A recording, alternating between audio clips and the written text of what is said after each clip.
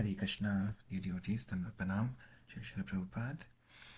Hari Bol to all the devotees today, Ramchandra Prabhu, Vishwanath Prabhu for facilitating the chanting, and Ritesh Prabhu, Pawan Prabhu, and Aarti Mataji for chanting this morning. Okay, let's continue with our prayers and then reading. Om Jnanatimrandasya Jnananjana Shalakaya Chakshurunmritamena Tasmai Shri Guruve Namaha Nama Om Vishnupadaya Krishna Prishtaya Bhutale Srimate Bhakti Vedanta Swaminiti Namine Namaste Saraswati Devi Gauravani Pacharine Nirvishesha Shunyavadi Paschat Deshatarine Jai Shri Krishna Chaitanya Prabhu Nityananda Shri Advaita Gadadhar Shivasadi Gaur Bhaktivinoda Hare Krishna Krishna Krishna Hare Hare Hare Ram Ram Ram Hare Hare Hare Krishna. Okay, so let's continue. Anybody would like to sing the prayer today?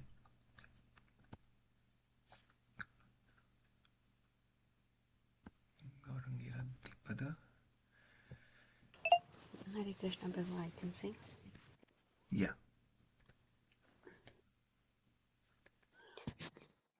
Gaurangera Dyutipada Jaradhana Sampada Sejane Bhagati Rashasara Gaurangera Madhuralila Jarakarne Praveshila Hridaya Nirmala Belotara Ji Gaurangira Namaloe Tara Hoe Primodae Tara Moe Jai Bolihari Gauranga Gunite Jore Nitya Leela Tare Spure Sejana Bhagati Adhikari Gaurangera Sangi Gane Nitya Siddha Kori Mane Sejai Brajendra Sutta Pasha Shri Gaura Mandala Bhumi Jiba Jane Chintamani Tara Hoe Braja Bhumi Basha Gaura Prema Rasarvane Sitarange Jiba Dube Siradha Madhava Antarange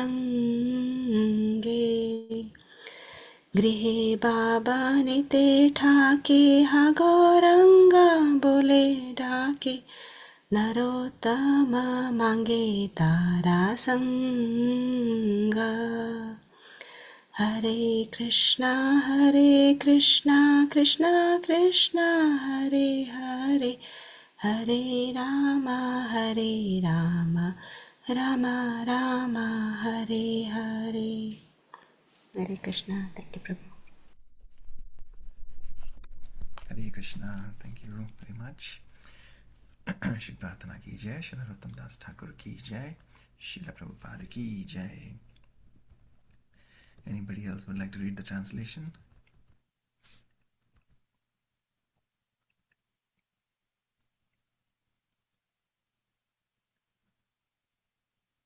Alright, I'll continue then. Anyone who has accepted the two lotus feet of Lord Chaitanya can understand the true essence of devotional service.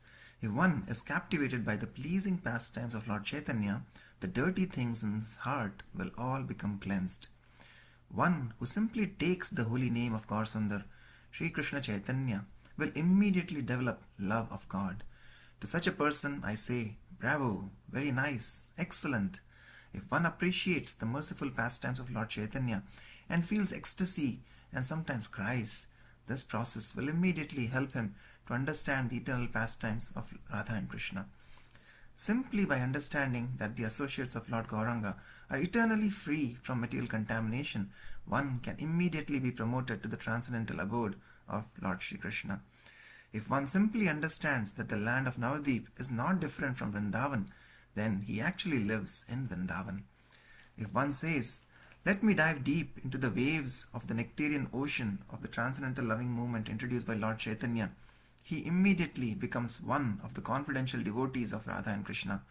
It does not matter whether one is a householder living at home or a vanaprastha or sannyasi living in the forest. If he chants O Gauranga and becomes a devotee of Lord Chaitanya, then Narottam Das begs to have his association. Haribol. So we see the mood again, the humility of these acharyas, so they compose all these beautiful prayers, and then at the end, he says that he begs to have the association of such person who, is a devotee of the Lord. So imagine, what the position of a Vaishnava, of a devotee is. So that is why, the Lord, we say, again and again, Srila Prabhupada emphasizes this point that by becoming a devotee of the devotee, Das, Dasanu Das, right, we can easily attain the love of Godhead. So we don't have to directly try to reach the Lord. See, these exalted Vaishnavas also, and by their humility, they are teaching us that they want to have association not of the Lord, but they want to have association of His devotees. Why? Because by serving those devotees, they can attain their blessings, and with their blessings, they can attain the love of God. So that is the whole process of how to attain love of God. So we should always, we have all come here in the moment of Srila Prabhupada, and just by serving Srila Prabhupada and our Guru Varga, we can easily attain pure love of Godhead. So, and we see that the Lord again comes, like this. Lord comes also personally, and sometimes he sends his personal associates. Right? So, like we are reading this wonderful book of teachings of Lord Kapila, and we see how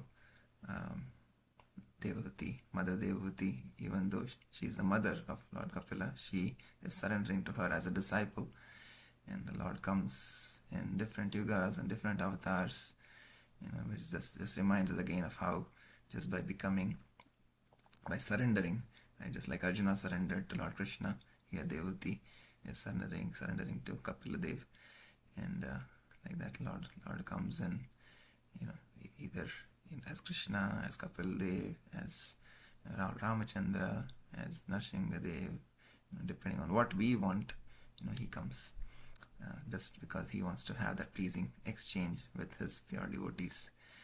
So that's how much he loves his pure devotees. So when we serve these pure devotees, then we're directly pleasing the Lord. Okay, let's continue. I think we stopped here yesterday. I somehow forgot. I lost my bookmark.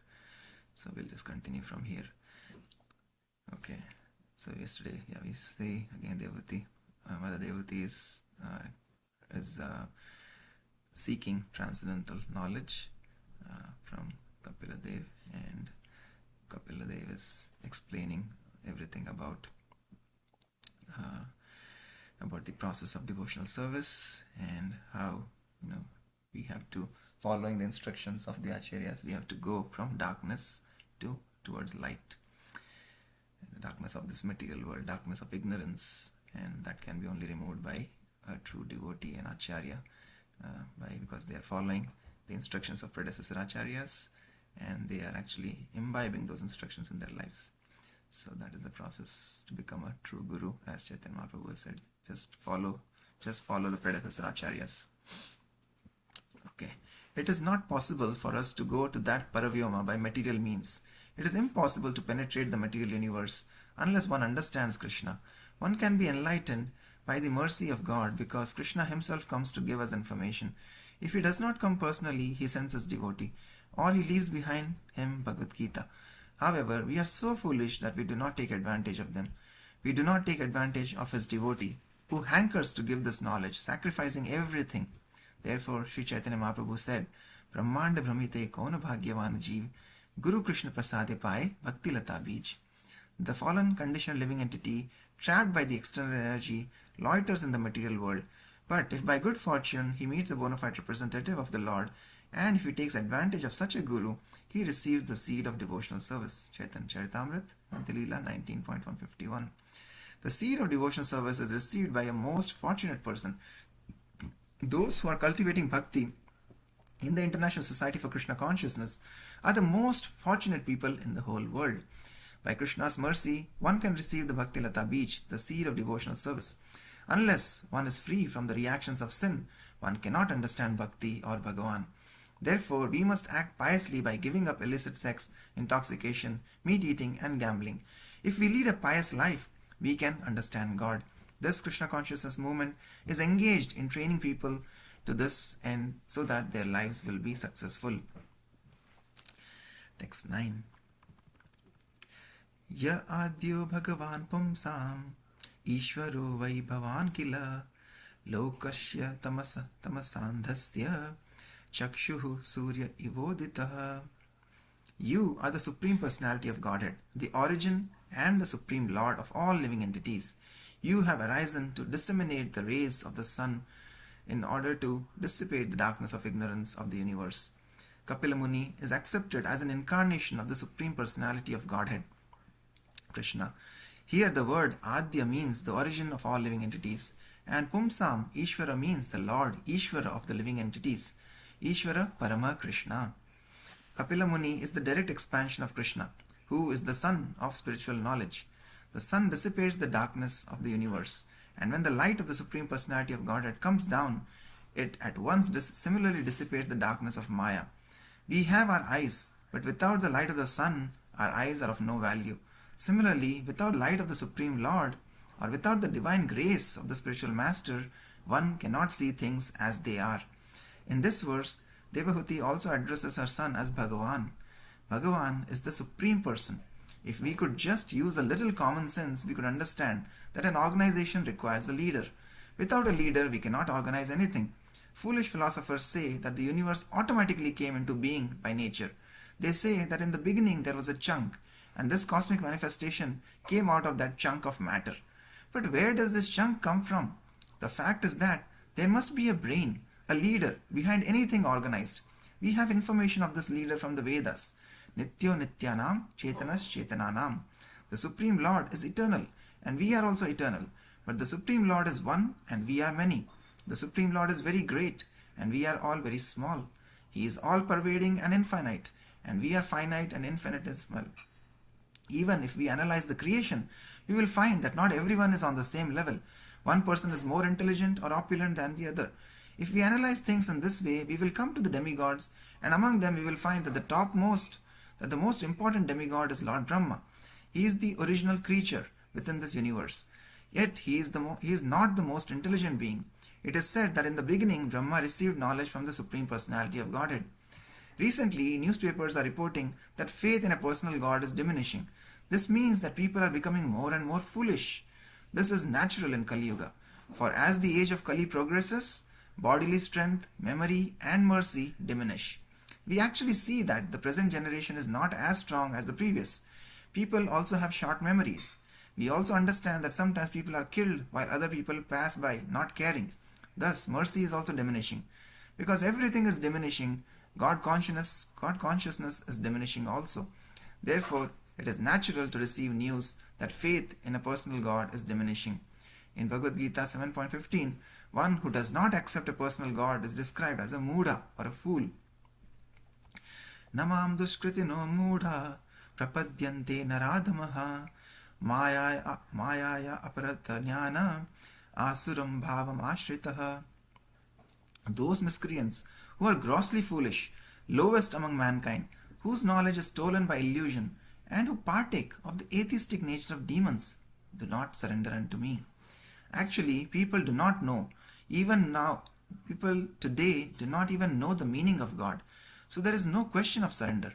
There are also those who are scholarly and well educated, but their knowledge is taken away by Maya, illusion. Although they may superficially hold degrees, they have no real knowledge. They are also asuras, demons, who simply defy God, saying, I am God, you are God. Why are you searching for God? There are many gods loitering in the street. Take care of them.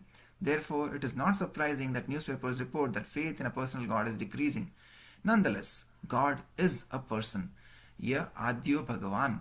Lord Brahma also worships Krishna by saying Govindam Adipurusham Tamaham Bhajami. He says, I worship that original person, Govinda, Adi Purusham. Krishna has no one preceding him. Therefore, he is called original. It is said that Krishna was born of Vasudeva, but this simply means that Krishna accepted Vasudeva as his father. Sri Krishna deals with his devotees in different relationships or rasas: Shanta, Dasya, Sakhya, Vatsalya, and Madhurya. We all have some relationship with Krishna, but presently this is covered. Therefore, we have to revive it. Simple appreciation of the Supreme is called Shantaras. When one appreciates the Supreme fully, he wishes to render some service, and that is called Dasya. When one becomes more intimate, he becomes a friend of Krishna's, and that is called Sakhya. When one is more advanced, he wants to render service to Krishna as a father or a mother, and this is Vatsalya. Being a father or a mother means serving the son. The Christian conception of God as the Supreme Father is not very perfect, because if we conceive of God as a father, our position will be to take things from him. Everyone wants to take something from the Father. One is always saying, Father, give me this, Father, give me that. However, accepting the Supreme Lord as one's son means rendering service. Yashoda Mai got Krishna as her son, and she was always anxious that he not be in danger. Thus, she was always protecting him. Actually, Krishna protects the entire universe, but Yashoda was giving protection to Krishna. This is Vaishnava philosophy. Yashoda became mad when she saw Krishna taken away by the Tinavata demon. However, Krishna became so heavy that the demon could not fly in the sky, and thus the demon fell to the earth and died. Yashoda immediately said, God has saved my Krishna. She then began to thank some other god, some devata. She did not know that Krishna is the Supreme Personality of Godhead. If she had thought of Krishna as the Supreme Personality of Godhead, the relationship between mother and son would have been destroyed. Therefore, Krishna was playing just like an ordinary child, and Mother Yashoda was treating him as her son. Krishna's friends, the cowherd boys, did not consider him the Supreme Lord either. The gopis even used to chastise Krishna. If a devotee can have such a relationship with Krishna, why should he want to become one with God? It is better to be God's father, God's controller. This is Bhakti Marg, the path of devotional service. A devotee does not want to be equal to God or one with God. He simply wants to render service. In order to understand the absolute truth, we have to understand the meaning of Bhagavan. Devahuti was not an ordinary woman. She was the wife of Kardama Muni, a great yogi. She had obviously learned something from her husband, for had she not been very exalted, how could Bhagavan Kapil Dev have become her son? Everyone should know what is Bhagavan and take lessons from Bhagavan. Lord Kapila is Bhagavan, and he personally instructed his mother in Sankhya philosophy. By this knowledge, we can develop or awaken our dormant love for God. Then we can see God when our eyes are anointed with love for him. Indeed, we can see God everywhere and at all times. We will see God and nothing but God. We will see God not only within our hearts. If we go to the ocean, we will see God. If one is a little thoughtful, he will see that the great ocean stays in its place. The ocean has received its orders not to go beyond such and such limit. Any intelligent man can see God while walking down the beach. However, this requires a little intelligence. People who are asses, mudhas, or dushkritis cannot see God, but those who are intelligent can see God everywhere, because God is omnipresent. He is within the universe and within our heart, and he is even within the atom. Why are we saying that we cannot see him? God says, try to see me in this way, but if you are too dull, then try to see me another way. What is the easy way? Krishna says in Bhagavad Gita, I am the taste of water. Rasoham apsukanteya. Is there anyone who has not tasted water? He also says, I am the light of the sun. Is there anyone who has not seen sunshine? Then why are people saying, I have not seen God? First of all, we have to try to see God. It is as easy as ABCD. When we see God everywhere, we will see the personal God. Then we will understand. Bhagavan Pumsam Ishvaraha. Bhagavan is Ishvara, the controller. We are not independent. No one can actually say, I am independent. We are bound tightly by the modes of material nature, and yet we are thinking that we are independent. This is simply foolishness. Therefore, it is said that all the people in the material world are blinded by the darkness of ignorance. When people are blind, out of their ignorance they say, there is no God, I cannot see God. Then God comes as Krishna or Kapil Dev and says, here I am, see my features, I am a person, I play the flute and enjoy myself in Vrindavan. Why can't you see me? Thus God comes, explains himself and leaves behind his instruction, Bhagavad Gita. Still, people are so foolish that they claim not to understand God. If we try to see God through the instructions given to Devahuti by Lord Kapila, our lives will be successful. Text 10. Athame deva sammoham apakrishtum tvamarhasi yo vagrahoham mameteti etasmin yojitastvaya. Now be pleased, my lord, to dispel my great delusion. Due to my feeling of false ego, I have been engaged by your Maya and have identified myself with the body and consequent bodily relations.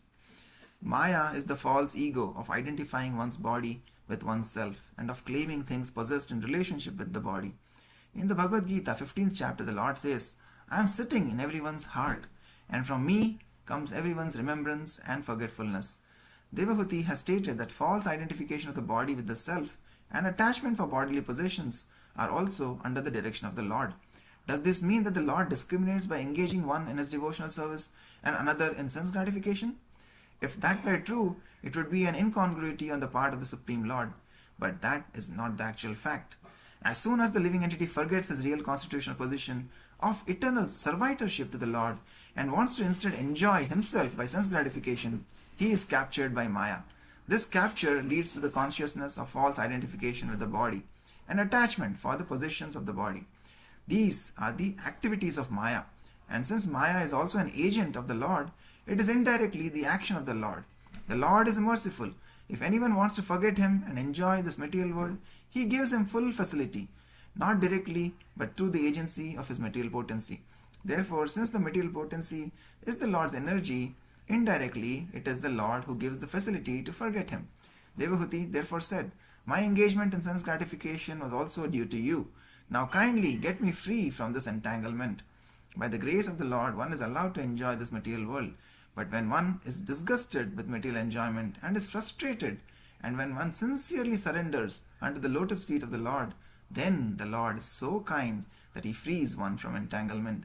Krishna says, therefore in the Bhagavad Gita, first of all surrender, and then I will take charge of you and free you from all the reactions of sinful activities. Sinful activities are those activities performed in forgetfulness of our relationship with the Lord. In this material world, activities for material enjoyment that are considered pious are also sinful. For example, one sometimes give money in charity to a needy person with a view to get back the money 4 times increased. Giving with the purpose of gaining something is called charity in the mode of passion.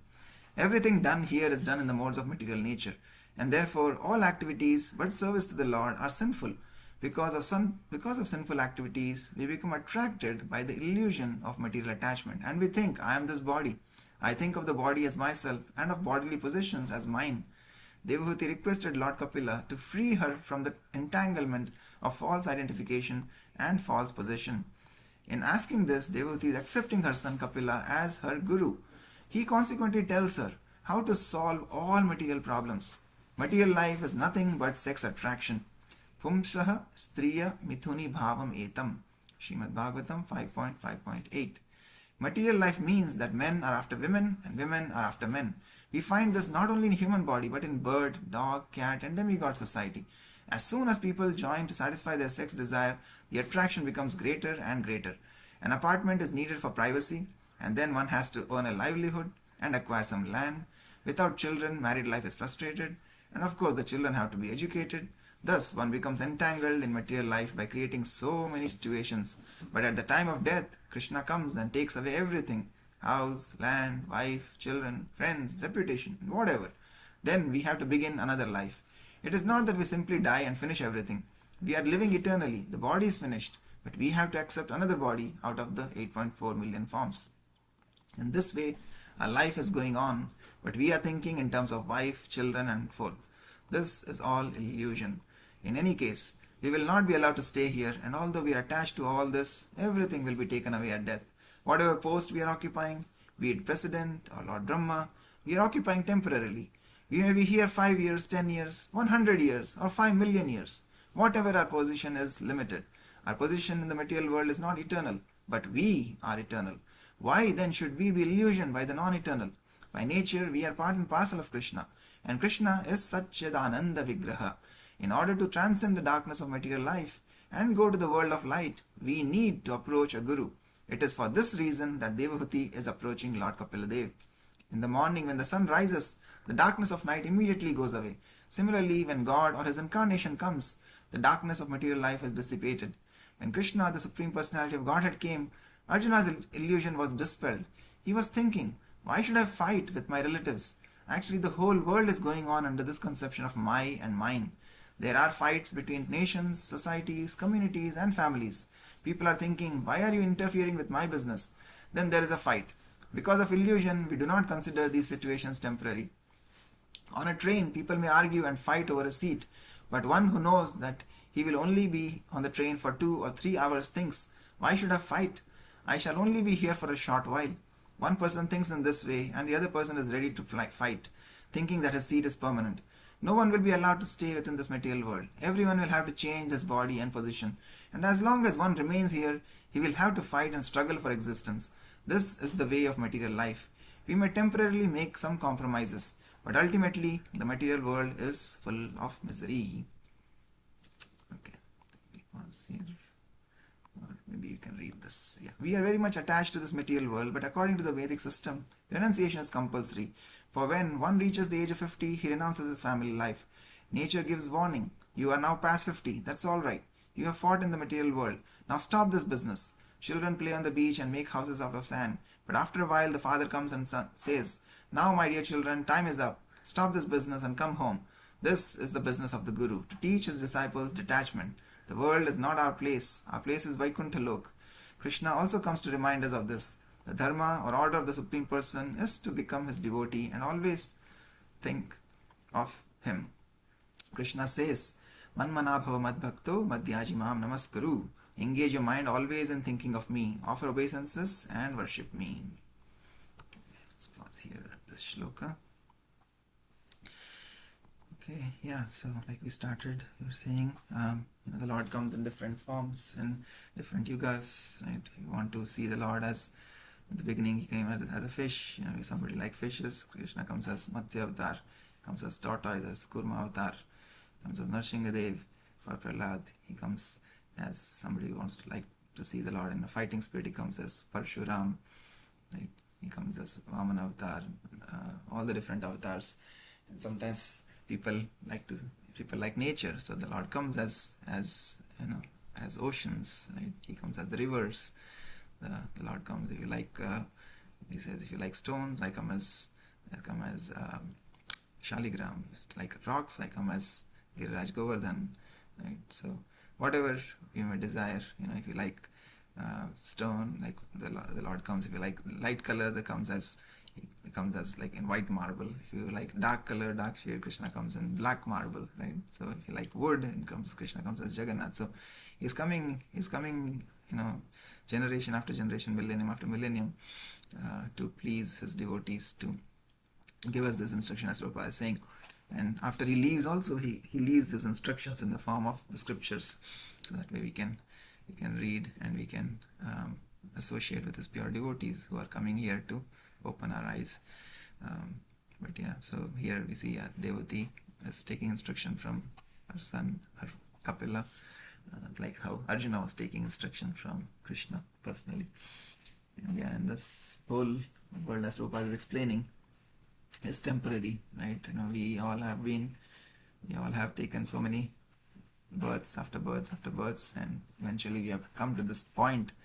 So now we have to make sure that we don't let this journey, of course, whatever we have made progress is eternal, right? So it's not going to be lost. Whatever progress we have made in bhakti, we are just going to continue from here. So if we are on the stage of we are doing bhajan, we came from Shraddha to Sadhu Sangha to Bhajan Kriya. We are doing this bhajan, we are doing devotion service, and we are in the process of eliminating our anarthas. So we will continue, whatever anarthas are left, we'll have to, if we don't finish them in this birth, then we'll just continue from where we left off in this birth in the next life.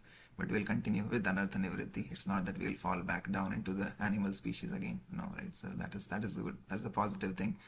But again, how can we finish this business in this life itself, right? So how can we go past anartha nivritti, attain a firm faith, firm determination in terms of nishtha, and develop taste for the love, develop taste for the holy name, develop taste for the Lord through ruchi, and develop attachment to the Lord and his pure devotees through asakti, and then gain bhava, do our devotion service not just bodily, but through bhav, through fully absorbing ourselves in deep love for the Lord. So that is bhav, and then prem ultimately is the manifestation of that love. So we have to reach the end. End goal is to attain the goal, end goal, the prema prayojan, as we were talking about a few days ago. That's the end goal, and we have to achieve that in this lifetime itself. And that is very much possible if we follow these instructions of our acharyas. And we, like I said, everything starts with Shravanam Kirtanam. So that purification of the heart is most important. That's why Chaitanya Mahaprabhu says in Chaitanya Charitamrita that Nam Haite Sarvapap Samsara Nashan. So from the holy name of the Lord, because the holy name is not different from the Lord, that everything starts. Sarvapap, because first of all we have to eliminate these anarthas that we have. We have different levels and different degrees of these anarthas, or different anarthas of Kam, Krodh, Lobh, Moh, Mad, Matsarya. So how can we eliminate them? Mahaprabhu says, Nam Haite Sarva Papa Samsara Nashan. So we will eliminate all these sins and the tendency to create more sins. Right? So all of that will be destroyed. And then our Chitta Shuddhi will happen. So Nam Haite Sarva Papa Samsara Nashan. Chitta Shuddhi Sarva Bhakti Sadhana Udgam. So our Chit, our heart, our purity, our consciousness will become purified. And we will start doing devotional service in the true mood of bhav. Sarva bhakti sadhana udgam. Bhakti is done not just bodily, right? We say bodily, of course, we engage our senses and everything, and that is also purifying the senses. But ultimately, it is a currency of the heart. What bhav we have, how much love we are doing things, right? So that sarva bhakti sadhana udgam, that will arise. And after that, it doesn't stop with that. Then Mahaprabhu says that Krishna Premodgam, so which is the end goal that we are looking for, the love of God. Krishna Premodgam, Premamrita Aswadan. So we are able to taste that pure love of the Lord. So Krishna Premodgam, Prema Aswadan. And then Krishna Prapti, ultimately we reach the Lord, we attain the Lord in His full manifest form. Krishna Prapti, and then finally Sevamrita Samudra Majjan. And then we can eternally engage in His loving devotional service in Nityalok, in Golok Dham. So everything we see, the bij, like Prabhupada explaining, that Pramana Brahmite Kauna Bhagyavana Jeev, Guru Krishna Prasade Pai Bhakti Lata Bij. So that seed that we receive from by the mercy of Krishna, by the mercy of Guru, that Bhakti Lata Bij is nourished, it is watered by the process of Shravanam and Kirtanam, by attentively hearing, attentively chanting. Just by that simple process, everything begins. And then the creeper grows and grows and grows, and all these things happen. The pap and the tendency to create paps and sins, those are destroyed. Our heart is purified, and then we are able to do devotional service with purity in full bhav. And from the bhav, then the love of Godhead arises, and then we are able to taste that pure love. And then with that pure love, once we have tasted, then of course we have attained the Lord, and then we are eternally associated with Him in His dham, serving Him and His devotees. So that is the whole process. And yeah, Prabhupada gives all these nice analogies, just like he was giving this example of the train, right? Like many of us who have come from India, we have traveled in trains and buses. Especially in trains, we go for long distance, like I used to, because I used to be in Chennai from Madras to go to Rajasthan. It would take me 2.5 days. Sometimes we'll have these long journeys in the trains, right? So trains and flights, of course, most of us have flown in from India to here and other parts of the world. So when we are in traveling, again, we know that when we are sitting next to a co-passenger, it is only for some, maybe a few hours or few days at the max that we are associating with them, right?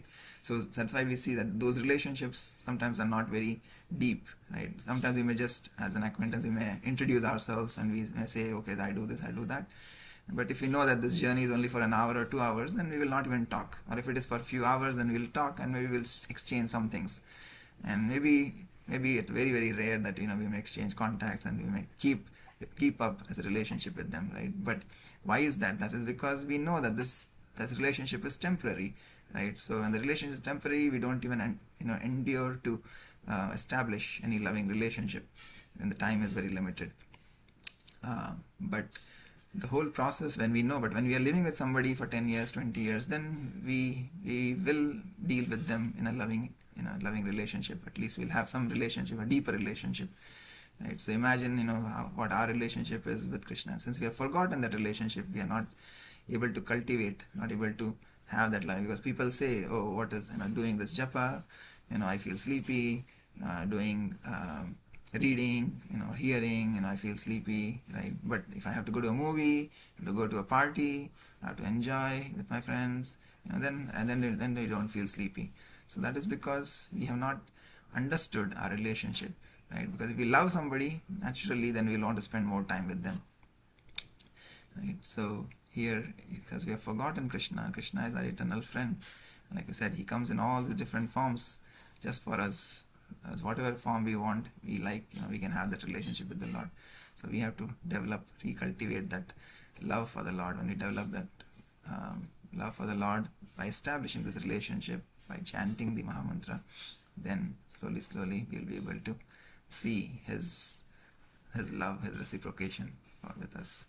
Right? So the whole process is how quickly we can do that. Because again, like I said, we have come to this point, but if we become complacent, then yes, it's the key is in our hand. Like Prabhupada explaining the desire, it all starts with our desire. Like Devati is now desiring that she has been fed up with enjoying materially with her senses.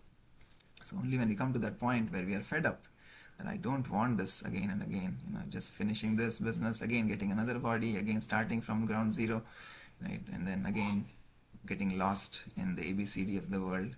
Right? So like in school when we go, a small kid has to learn. Initially, if you remember our first days in the kindergarten or first grade, our teachers would tell us to just write, to draw A, to write ABCD or to write something, you have to just keep repeating, right? Never have to keep tracing again and again and again and again and again on that. Right? So you start doing that, the teacher would appreciate, oh yes, very nice, right? But if you keep doing that after 2 years, 3 years, 4 years, will the same teacher appreciate? No, the teacher will then actually will probably chastise us that what are you doing, right? So same way in bhakti also, it's not that we have come to this point and we just continue to do the same thing. No, we have to make progress in bhakti also. So we have to show that sincerity, that urgency to make progress. It's not that what we were doing 5 years ago, 10 years ago, or even 1 year ago, we got initiated or we are not initiated, but we are doing 1 round or 2 round of sadhana. And we are continuing that even after 2 years or 4 years in the same way. No, we have to make progress because the ultimate goal is to develop love of Godhead and go back home. So how soon we do that, that is in our hands. It depends on our urgency, our sincerity, and our desire. Everything, the only thing we have is desire.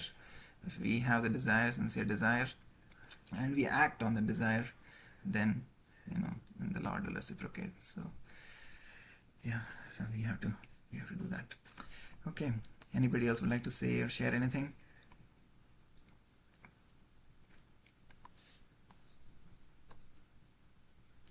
That's all we have on the call today.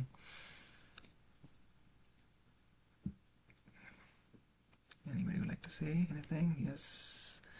You've not heard from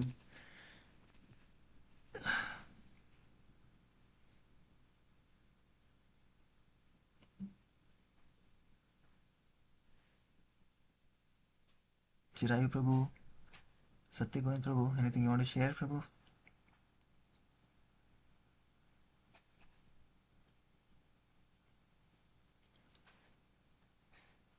All right. If not, then we will pause here for today and we'll continue this wonderful teachings of Sri Kapil Dev tomorrow.